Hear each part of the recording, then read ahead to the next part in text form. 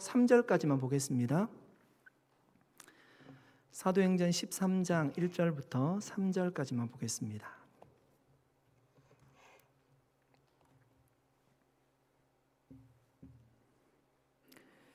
네, 우리 짧은 말씀인데요. 우리 합독하도록 하겠습니다. 1절부터 3절까지 같이 읽겠습니다. 시작. 안디옥 교회에 선지자들과 교사들이 있으니 곧 바나바와 니게르라 하는 시므온과 구레네 사람 루기오와 분봉왕 헤롯의 젖동생 마나엔과 및 사울이라. 주를 섬겨 금식할 때에 성령이 이르시되 내가 불러 시키는 일을 위하여 바나바와 사울을 따로 세우라 하시니 이에 금식하며 기도하고 두 사람에게 안수하여 보내니라. 아멘. 잠깐만 기도할까요? 하나님 감사합니다. 오늘도 하나님의 말씀을 나누고자 합니다. 초대교회 때 역사하셨던 성령의 역사가 오늘날 우리 산호세 온누리교회에 충만하게 나타날 수 있도록 이 자리에도 임재하시고 역사하여 주시옵소서. 함께 하실 하나님께 감사드리옵고 예수님의 이름으로 기도드리옵나이다. 아멘. 여러분, 사도행전을 크게 세 부분으로 나눌 수가 있습니다. 1장부터 7장까지는 예루살렘 교회가 창립이 되고 박해에도 불구하고 교회가 성장하는 스토리의 역사를 보여주고 있습니다. 8장부터 12장까지는 교회가 예루살렘 안에서만 복음을 전하는 것이 아니라 팔레스타인, 사마리아 지역 그리고 이방인에게도 복음을 전한 역사를 기록하고 있습니다. 세 번째 부분은 13장부터 28장까지 기록이 되는데요. 복음이 이제는 이방인에게 전해졌을 뿐만 아니라 소아시아와 유럽까지 로마에까지 복음을 전하는 그런 역사가 잘 기록되어 있습니다. 오늘 본문은 그 세 번째 부분에 바로 첫 번째 시작이라고 할 수 있습니다. 그 중심에 이방인 중심의 안디옥 교회가 있었습니다. 여러분 1절 말씀 보실까요? 안디옥 교회에 선지자들과 교사들이 있으니 곧 바나바와 니게르라 하는 시므온과 구레네 사람 루기오와 분봉왕 헤롯의 젖동생 마나엔과 및 사울이라. 여러분 안디옥 교회에 선지자와 교사의 역할을 했던 5명의 리더가 있었습니다. 두 사람은 우리가 이미 잘 알고 있는 사람입니다. 굳이 설명을 드리지 않아도 우리가 너무나 잘 알고 있는 사람이죠. 바나바와 바울입니다. 안디옥 교회가 처음 세워질 때 그들의 힘에 의해서 교회가 잘 양육이 되었고 교회가 부흥하게 되었습니다. 그러나 나머지 세 사람은요, 우리의 입에 익숙하지 않습니다. 처음 들어본 이름일 겁니다. 아마 3명의 사람은 바나바와 바울에 의해서 교회에서 양육받게 되었을 것이고 어느 정도 시간이 지나서 교회 리더로 세움을 받았을 것입니다. 여러분, 바울과 바나바가 선교사로 파송을 받아서 이제 교회를 떠나게 되는데 그렇게 떠날 수 있었던 이유가 그들이 떠나도 교회가 사람을 세웠기 때문에 교회가 든든하게 설 수 있었기 때문입니다. 여러분, 안디옥 교회는 어떤 교회였는가 하면 한마디로 딱 얘기하면 인재를 잘 세우는 교회였습니다. 바나바 바울이 선교지로 나가고 싶어도 여러분 교회를 섬길 사람이 없다면 정말 안타깝게도 교회를 놔두고 나가기가 아마 쉽지 않았을 것입니다. 그런데 그들이 떠나도 교회를 섬길 사람들이 잘 세워졌기 때문에 그들은 발걸음을 옮길 수가 있었습니다. 여러분, 안디옥 교회는 사람을 세우는 교회였다는 것을 우리는 그 교회가 바울을 품었다는 것에서도 알 수가 있습니다. 이런 바울도 고향 다소로 내려가잖아요. 그가 예루살렘에 있다가 헬라인 유대인들에게 쫓김을 받고 고향 다소로 내려가게 됩니다. 거기서 정말 은둔하며 지냈습니다. 거기에 있었던 스토리가 성경에 전혀 기록되어 있지 않습니다. 나중에 이방인 교회가 안디옥 지역에 복음을 받았다는 소식을 듣고요. 예루살렘 교회가 깜짝 놀라서 바나바를 보내게 되죠. 바나바가 그 교회에 가보고 성경 교육이 필요한데 누구를 데리고 올까 생각해 보니까 가장 뛰어난 성경 교사가 바울이었습니다. 그래서 길리기아 다소로 찾아가서 수소문해서 바울을 데리고 와서 교회를 섬겼습니다.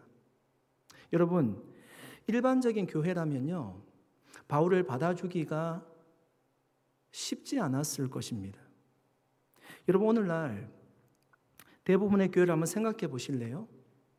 크게 실수한 목회자를 교회가 청빙한 역사를 여러분 보신 적이 있으십니까?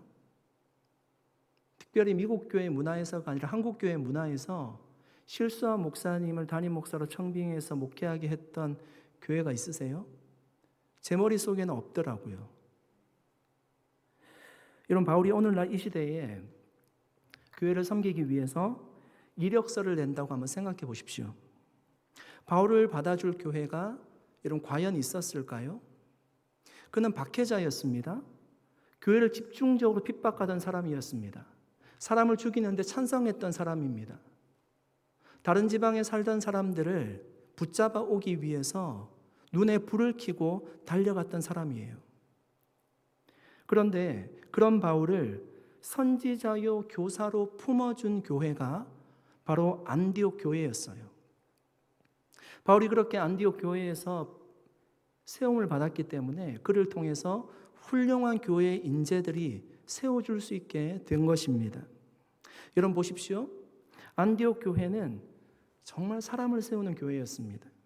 많은 훌륭한 인물을 키워냈던 교회가 바로 안디옥 교회였습니다. 여러분, 오늘날 유럽의 교회들, 미국의 주류 교회들, 한국의 교회들이 다 어려움을 겪고 있죠. 교인들이 없습니다. 다양한 요인들이 있을 겁니다. 여러분, 그런데 가장 중요한 하나의 이유를 꼽자면 좋은 신앙의 인재들을 키우는데 교회가 소홀했다는 겁니다. 교회가 문을 닫는 이유가 무엇일까요? 여러분, 교회가 재정이 없어서 문을 닫지는 않습니다. 교회가 문을 닫는 이유는 사람이 없기 때문이에요. 교회를 섬길 사람도 없고 교회 일꾼도 없어요. 예배드릴 사람이 없어요. 교회당은 화려하고 큰데 그 예배당을 채울 사람이 없습니다. 그러면 교회가 자연스럽게 문을 닫게 되는 거죠. 여러분, 교회의 진정한 자산은 무엇일까요? 교회의 진정한 자산은 무엇일까요? 화려한 건물이 아니라, 금융 자산이 교회의 자산이 아니라 이런 교회의 자산은 사람입니다. 그래서 사람을 세우는 교회는 여러분 소망이 있어요. 그런데 인재가 없고 사람을 세우지 않는 교회는 교회가 훌륭하게 보이지만 사실은 소망이 없습니다. 정말 사람이 세워지는 교회가 하나님이 보실 때요, 진정한 부유한 교회입니다. 그 교회는 미래가 있습니다. 사랑하는 성도 여러분, 우리 산호세 온누리교회는 정말 사람을 세우는 교회입니까? 여러분, 머릿속으로 한번 대답해 보십시오. 우리 산호세 온누리교회는 사람을 세우는 교회입니까? 주일학교에서 아이들이 계속적으로 잘 양육을 받아서 세워지고 있습니까? 물론 여러분, 그 아이들이요 자라서 우리 산호세 온누리교회에 정착한다는 보장은 없습니다. 학교를 따라 직장을 따라 많은 곳으로 흩어지게 될 것입니다. 이런 바울도 안디옥 교회의 포문을 받고요, 안디옥 교회에서 세움을 받았지만 그가 안디옥 교회를 계속 섬기지는 않았습니다. 이방으로 흩어져서 더 많은 곳에서 교회를 세우고 더 많은 사람들에게 복음을 전하는 전도자의 선교사로 그는 일생을 살았습니다. 그렇게 여러분, 우리 산호세 온누리 교회에서 교회 일꾼으로 잘 세워진 자녀들이 우리 교회에 정착하지 않는다고 해서 우리가 그 일을 소홀히 할 수 없습니다. 자녀들이 흩어져서 미국 어느 곳에서도 빛과 소금으로 살아간다면, 세계 열방 가운데서 그리스도의 제자로 살아간다면 그 자체가 굉장히 의미 있는 사역입니다. 하나님이 얼마나 기뻐하실까요? 여러분, 사람을 세운다는 의미가 꼭 자녀들만을 두고 하는 얘기는 아닙니다. 여러분, 5명의 리더 중에 3명의 리더는 바울과 바나바 이후에 교회에 들어오게 되었을 것이고요, 그들의 양육을 받고 후에 세워지게 되었을 겁니다. 무슨 얘기입니까? 아이들이 아니라 세워진 사람들이 장년이었다는 얘기죠.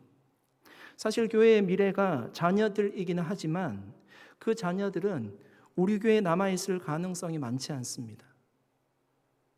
이런 대부분의 자녀들은 영어권이기 때문에 한국 교회를 책임지기가 쉽지가 않습니다. 60년대, 70년대 이민 오신 분들이 동일하게 생각했던 것이 무엇인가 하면 한 세대가 지나면 이 한인교회를 2세들이 책임질 줄 알았습니다. 지금도 그렇게 우리가 생각을 하고 목회를 하고 있기는 하지만 그런 일이 잘 일어나지 않습니다. 저는 한 두 교회 정도 들어본 것 같습니다. 쉽지가 않습니다. 그래서 여러분, 다음 세대 우리 교회를 실질적으로 이끌어갈 사람이 누구일까요? 지금 대학부에서 신앙생활하는 20대 청년들이에요. 조금 더 높게 잡으면 30대, 40대 젊은 가정들이에요. 지금 연세 드신 분들이, 중직자분들이 이제 은퇴하게 되실 텐데 그분들이 20대, 30대, 40대 분들 잘 세우지 않으면 은퇴하고 나면 이 교회를 누가 섬기는 것입니까? 그분들에게 따뜻한 사랑을 보이고 양육하고 그들을 세워나가는 것이 교회의 책임이고 목회자인 저의 책임이라고 할 수 있습니다. 사랑하는 성도 여러분, 우리 산호세 온누리교회는 정말 안디옥 교회처럼 사람을 세우는 교회가 되어야 할 줄 믿습니다. 그래서 우리 교회가 정말 주님 오실 때까지 때가 끊어지지 않고, 오늘 인경 집사님 기도해 주셨듯이 아이들이 계속 자라나고 하나님이 정말로 기뻐하시는 사람을 세워나가는 교회로 쓰임받게 되시기를 예수님의 이름으로 간절히 축원드립니다. 5명의 리더들 중에 여러분, 바울과 바나바를 제외한 3명의 리더들은 여러분 어떤 사람들이었을까요? 첫 번째 인물이 니게르라는 사람입니다. 니게르라는 시몬이었습니다. 여러분, 니게르라는 말은 라틴어의 검은이라는 뜻입니다. 아프리카 흑인을 칭하는 영어의 니그로가 바로 이 단어에서 왔습니다. 요즘 인종차별이라고 그런 단어를 사용하면 안 되지요. 그러니까 여러분 따져보면 시므온은 흑인 개종자였다는 겁니다. 학자들은 그가 아마 북아프리카, 지금의 북아프리카 리비아 지역에 있었던 구레네 출신의 사람이었을 거다라고 예상하고 있습니다. 두 번째 인물은 구레네 사람 루기오입니다. 동일하게 북아프리카 출신의 사람이었습니다. 사도행전 11장 20절 21절 말씀해 보시면요, 안디옥 교회에 복음을 전한 첫 번째 사람이 누군가 하면 구브로와 구레네 몇 사람이 헬라인에게도 말씀을 전했다, 그렇게 기록하고 있습니다. 아마 거기서 얘기하는 구레네 사람 중에 한 사람이 바로 이 루기오였을 거라고 생각합니다. 세 번째 인물은 좀 흥미로운 사람입니다. 분봉왕 헤롯의 젖동생 마나엔이라는 사람입니다. 이런 젖동생이라는 얘기는요, 젖을 함께 먹었던 사람이라는 얘기입니다. 그렇다고 해서 친형제는 아니라고 합니다. 학자들은 마나엔이 아마도 헤롯의 유모의 아들이었을 거다라고 추정하는 사람도 있고요, 헤롯 왕가의 일원이었을 거다라고 얘기하는 사람들도 있습니다. 중요한 것은 헤롯과 마나엔이 어려서부터 함께 자라갔던 형제와 같은 사람이었다는 얘기입니다. 여러분, 5명의 안디옥 교회 지도자들을 보시면서 어떤 생각이 드십니까? 우리가 잘 알고 있는 바나바는 사이프러스, 구브로라는 섬 사람이었습니다. 바울은 길리기아 다소 출신의 유대인이었죠.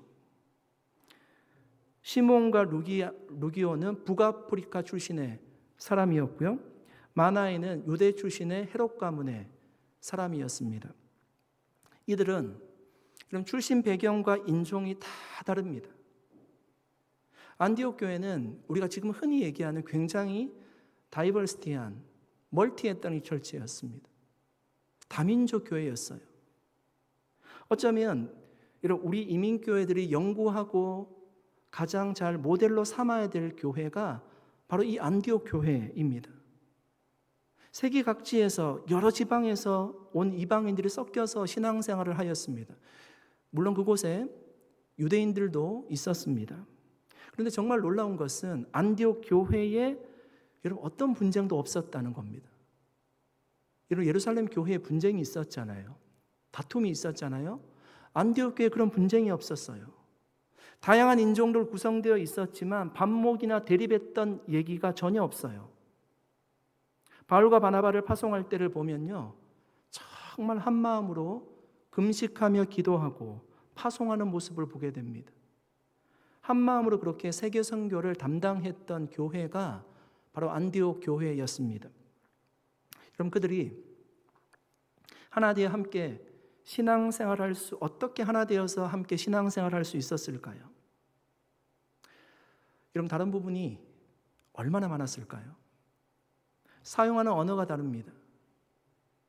즐겨 먹는 음식이 다르죠. 문화가 다릅니다. 관습이나 예의 범절이 다릅니다. 그러니까 여러분, 정말 불편함을 감수하지 않으면 함께 신앙생활을 한다는 것이 굉장히 어렵습니다. 희생을 각오하지 않으면요, 이런 상황에서 함께 신앙생활을 한다는 것이 정말 너무너무 어렵습니다. 한인 교회들이 보통 미국 교회를 빌려서 사용할 때 어려운 점이 많습니다. 제가 예전에 사역했던 교회도 처음에 미국 교회를 빌려서 사용을 하고 교회 예배를 드렸습니다. 교회가 성장하니까 성장하는 대로 어려움이 있습니다. 눈치를 주고 사람들이 많이 오가면서 그 교회에서 계속 함께 신앙생활 없는 환경이 만들어지는 겁니다. 음식이 다르니까 김치 냄새 난다고 얘기를 듣기도 합니다. 장로님 한 분이 이사장으로 섬겼는데 월요일날 전화가 오면 가슴이 철렁한다고 합니다. 자녀들이 뛰어다니면서 교회를 부수기도 하고 긁기도 하고 문제가 생기기 때문에 여간 불편한 것이 아닙니다. 다른 문화권에 있는 사람들이 함께 신앙생활하는 것이 쉽지가 않다는 얘기입니다. 그런데 지금 안디옥 교회는 다양한 민족이 함께 신앙생활하고 있는데 너무너무 은혜롭게 신앙생활하고 있습니다. 그들이 여러분 불편함을 감수하고 서로 희생하면서 함께 그렇게 신앙생활을 했기 때문입니다. 그렇게 신앙생활을 할 수 있었던 이유가 무엇일까요? 무엇이 그들을 하나로 만들었을까요? 에베소서 2장 13절 말씀입니다. 이제는 전에 멀리 있던 너희가 그리스도 예수 안에서 그리스도의 피로 가까워졌느니라. 이런 무슨 얘기인가 하면요, 에베소 교회에 유대인도 있고 헬라인도 있습니다. 그런데 어떻게 가까워졌는가 하면 그리스도의 피로 하나가 되었답니다. 예수 그리스도를 믿는 믿음으로 하나가 된 겁니다. 십자가와 부활로 하나가 되었다는 말씀입니다. 출신 배경, 사회적인 계층, 인종, 남녀노소를 초월하여 하나 될 수 있었던 비결이 바로 거기에 있었습니다. 사랑하는 성도 여러분, 교회는 정말 이런 곳이 되어야 하는 줄로 믿습니다. 누구든지 여러분 교회에 들어올 수 있어야 됩니다. 누구나 와서 그리스도를 믿고 신앙의 훈련을 받고요, 교회의 리더가 될 수 있어야 됩니다. 누구의 의견도 무시되거나 소외되지 않아야 됩니다. 작은 소자의 소리라도 잘 들을 수 있는 공동체가 건강한 교회입니다. 지나가면서 아이들이 하는 얘기를요, 흘려 듣지 마시고요, 아이들이 무엇이 불편하면 얘기할 겁니다. 그 소리도 잘 들을 수 있는 교회가 건강한 교회입니다. 어떤 교회는요, 교회가 출신 지역별로 나누어져 있습니다. 지방생이 뚜렷한 교회가 있습니다. 어떤 교회는 특정 직업을 가지신 분들이 교회를 이끌어갑니다. 또 다른 교회는요, 같은 학교 출신들이 모여서 신앙생활하는 교회도 있습니다. 경제적인 재력이 뒷받침되지 않으면 교회 다니면서 약간 차별받는다는 느낌을 가지게 만드는 그런 교회도 없지 않습니다. 여러분, 이런 교회에서 교회 리더로 직분을 받는다는 것은 굉장히 힘든 일입니다. 오늘 본문의 안디옥 교회를 보십시오. 그 교회는 다양한 출신의 교회의 리더가 있었어요. 안디옥 교회는 누구나 들어올 수 있고 누구나 훈련받으면 교회 리더가 될 수 있는 그런 교회였습니다. 사랑하는 성도 여러분, 우리 산호세 온누리교회가 저는 누구에게나 열려있는 교회가 되었으면 좋겠습니다. 그래서 정말 더 많은 사람들을 포용하고 그들에게도 예수의 생명을 전해주는 교회로 귀하게 쓰임받게 되기를 예수님의 이름으로 간절히 축원드립니다. 마나에는 여러분 헤롯의 젖동생이었습니다. 성경에 헤롯이라는 인물이 많이 나오는데요. 여기서 말하는 헤롯은 누구를 얘기할까요? 바로 헤롯 안디바라는 인물입니다. 그는 갈릴리와 베레아 지역을 다스리던 분봉왕이었습니다. 우리가 잘 알고 있는 사건이 있죠. 그가 동생의 아내를 취하여서 아내로 삼았습니다. 헤로디아라는 여인을 아내로 삼았습니다. 세례요한이 그 사건을 알고요, 그를 책망하게 됩니다. 그때 불편해하고 그 세례요한을 감옥에 가두었다가 결국은 그를 죽이게 됩니다. 그리고 예수님이 십자가에 달려 돌아가시기 전에 예수님을 신문한 왕이기도 하였습니다.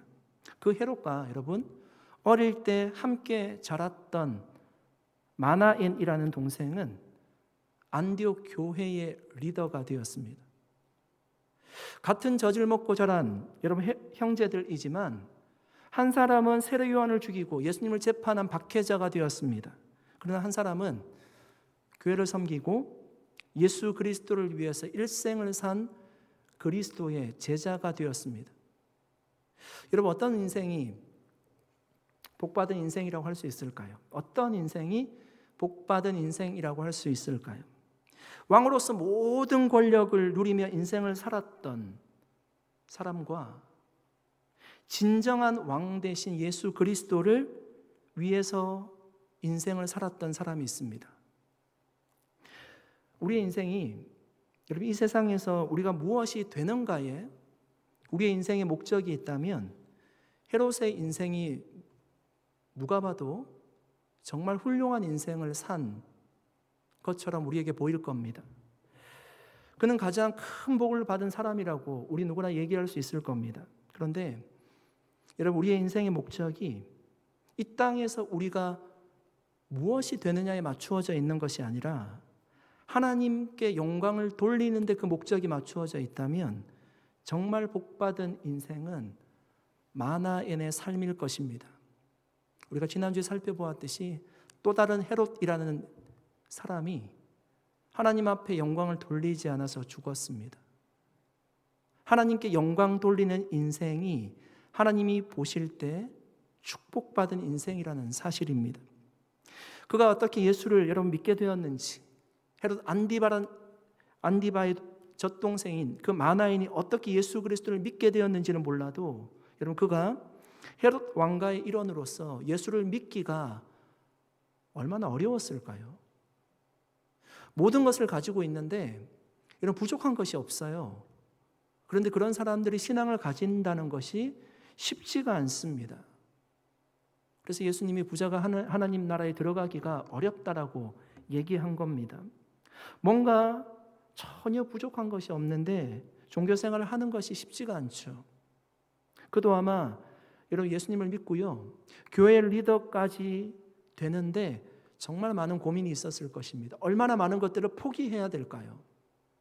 그러나 그는 결국 예수님을 영접하게 되었고 세계 열방의 복음을 전하는데 가장 정말 훌륭하게 쓰임받은 안디옥 교회의 리더가 되었다는 겁니다. 여러분 주님이 보실 때 어느 쪽이 지금 가치 있는 삶을 살고 있는 것입니까? 주님이 보실 때 세상 왕이 하는 것보다 훨씬 더 자부심을 가지고 가치 있는 삶을 살아가고 있는 사람이 마나엔의 삶이었다는 사실입니다. 여러분 저는 이 말씀을 묵상하면서 하나님께 직분을 받은 우리를 생각해 보았습니다. 저를 생각해 보았고요, 교회 섬기는 장로님들, 권사님들, 안수 집사님들, 교회 중직자분들을 생각해 보았습니다. 여러분 주님께서 마나인과 같이 오늘 우리에게 교회를 섬길 특별한 직분을 허락해 주신 겁니다. 여러분 그것은 정말 영광스러운 것입니다. 주님께서 가장 사랑하시는 교회를 섬기게 하셨습니다. 영혼을 구원하는 직분입니다. 세계 열방에 복음을 전하는 직분이에요. 여러분, 그 직분보다 어떤 직분이 더 가치 있고 영광스럽겠습니까? 여러분, 바울 사도는 그래서 자신이 그리스도의 종이 된 것을 기뻐합니다. 자신이 그리스도의 노예라는 것을 자랑하고 있어요. 일반 사람들은 이 말을 도저히 이해할 수가 없죠. 어떻게 종이 된 것, 내가 노예된 것을 기뻐할 수가 있습니까? 자랑할 수가 있습니까? 보통 사람들이 생각하면, 바울 생각하면 그가 유대 학자였기 때문에 좋은 유대 학교를 나오고 많은 제자를 둘 수 있는 유대 선생이라는 것을 자랑해야 될 거라고 생각할 겁니다. 그가 베냐민 족속이잖아요. 왕가 출신입니다. 그런 것들을 자랑해야 될 거라고 일반 사람들은 생각할 겁니다. 그런데 바울은 그 모든 것들을 다 배설물로 여겼다고 하고요. 그가 정말 자랑하는 것은 자신이 그리스도의 종된 삶을 자랑하고 있습니다. 여러분, 바울의 이 심정을 이해하시겠습니까?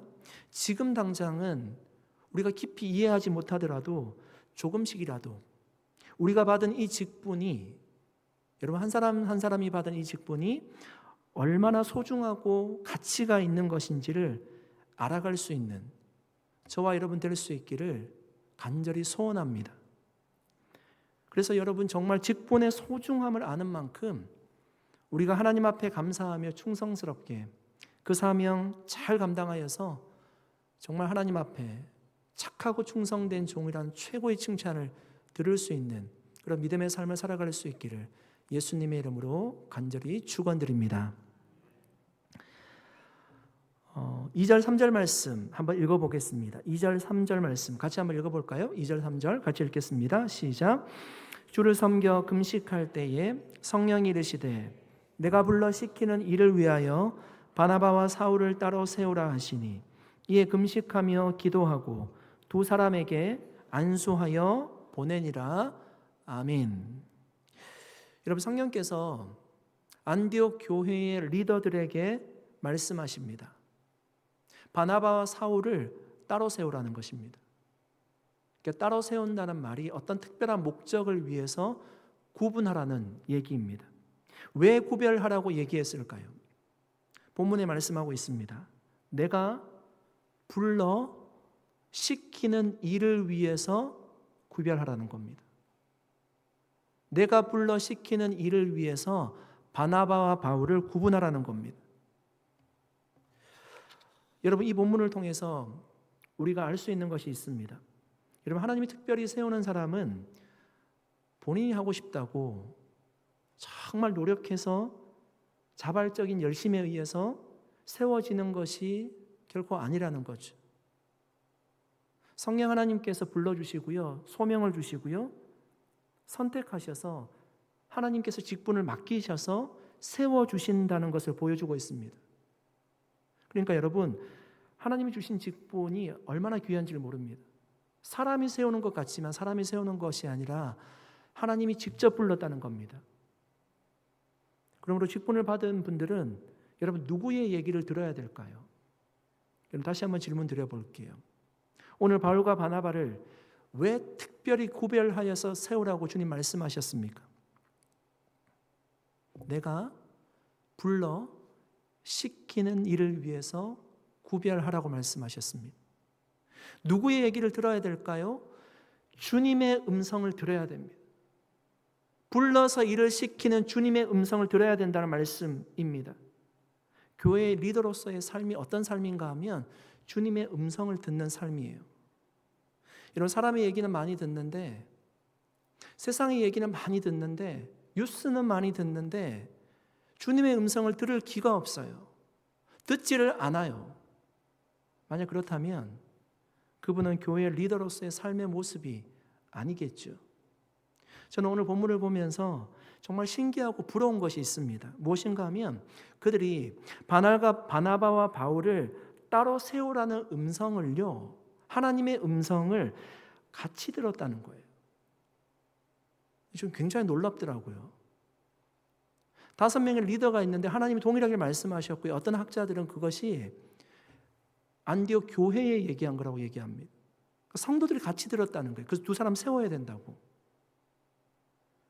2절 상반절에 이렇게 얘기하죠. 주를 섬겨 금식할 때에 성령이 이르시되 내가 불러 시키는 일을 위하여 바나바와 사울을 따로 세우라 하시니, 한 사람에게 얘기한 게 아니에요. 여러분, 이러한 역사가 일어날 수 있다는 겁니다. 언제요? 주를 섬겨 금식할 때. 한 마음으로 교회를 섬기고요, 한 마음으로 간절히 기도할 때 마음이 하나로 모아지고 하나의 비전을 가지고 교회를 섬기게 되는 그런 역사가 일어난다는 겁니다. 여러분, 교회의 리더는 영적인 리더입니다. 하나님 앞에서 교회 리더가 깨어있지 않으면 무늬만 교회 리더입니다.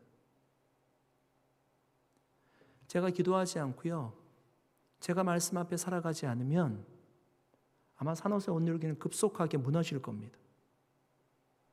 교회 리더는 영적인 리더예요. 기도하지 않고 하나님의 음성을 듣지 않는다라면 무늬만 교회 리더라고 할 수 있겠죠. 교회 리더는 영적으로 깨어있기 위해서 교회를 돌아보며 섬기고 금식하며 기도하는 사람이 교회의 리더입니다. 그러므로 우리는 주님 앞에 서 있기 위해서, 주님의 음성을 같이 듣기 위해서 여러분 이 자리에 나온 것입니다. 기도하는 것입니다.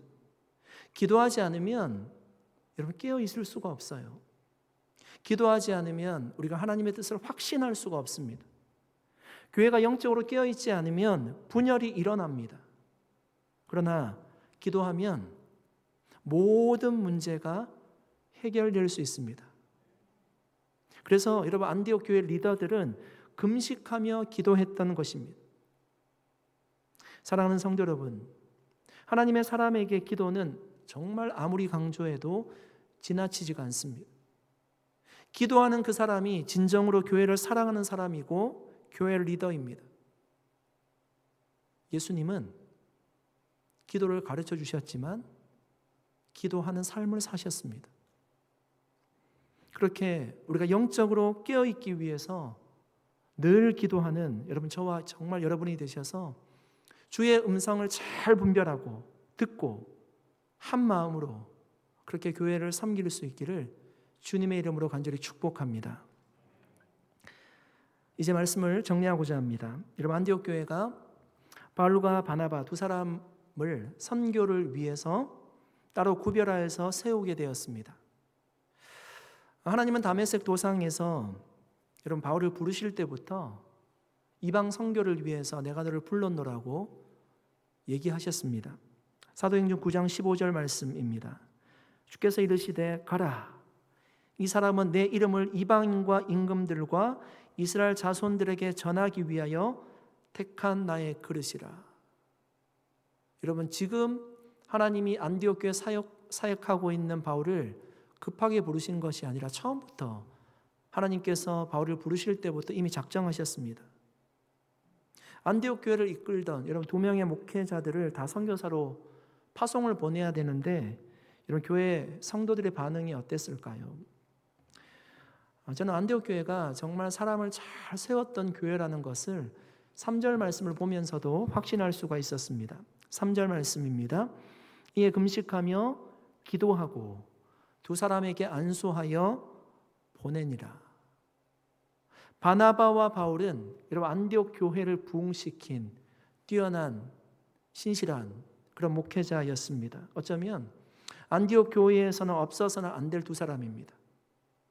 그런데 그들을 파송하면서 그들을 파송했던 안디옥 교회가 슬퍼했다, 당황했다, 어려웠다, 교회가 무너졌다, 그런 말은 어디에도 없습니다. 속으로 아쉬웠겠죠. 섭섭하기도 하고 힘들었을 겁니다. 그러나 그들은 주님의 일이라면 기꺼이 두 목회자를 보내줄 수 있는 준비가 되어 있던 교회였습니다. 사람을 잘 세웠던 교회였습니다. 이미 다른 지도자들도 잘 세워져 있었기 때문입니다. 그들은 금식하며 기도하고 두 사람에게 안수하여서 축복하며 보내주었습니다. 사랑하는 성도 여러분, 교회를 세우시는 분은 여러분 정말 사람이 아니라 하나님이신 줄 믿습니다. 믿으십니까? 하나님이 교회를 세우십니다. 바울과 바나바가 아무리 교회에서 중요한 사람이라도 하나님이 보내시면 가야 됩니다. 그 자리는 주님께서 다른 사람들로 채워주실 겁니다. 그래서 교회가 굳건하게 세워질 수 있도록 하나님께서 그 교회를 책임져 주실 겁니다. 우리 산호세 온누리 교회를 여러분 세우시는 분은 사람이 아니라 하나님이신 줄로 믿습니다. 그 하나님께서 여러분 우리 교회를 든든하게 앞으로도 세워가실 겁니다. 그러므로 연약한 사람이 아니라 우리가 주님께 기도함으로 주님이 세워가실 아름다운 교회, 정말 주님이 내 교회라고 말씀하셨는데 주님의 교회를 세워가실 주님을 기대하는 마음으로 우리가 함께 신앙생활할 수 있기를 예수 그리스도의 이름으로 간절히 축원드립니다. 아멘. 우리 함께 기도하겠습니다. 하나님 아버지 감사드립니다. 오늘도 하나님의 말씀을 함께 나누었습니다. 하나님, 안디옥 교회가 금식하며 기도하고 안수하고 축복하여 하나님 따로 세우라고 말씀하신 바울과 바나바를 보냈듯이 하나님 우리 교회도 사람을 먼저 잘 세울 수 있는 교회가 되게 하셔서 그리스도 예수께서 이 땅에 오실 때까지 그 길을 잘 예비하고 준비하는 믿음의 교회로 쓰임받게 하여 주시옵소서. 감사드리옵고 예수님의 이름으로 기도드립니다. 아멘. 우리 함께 찬양하고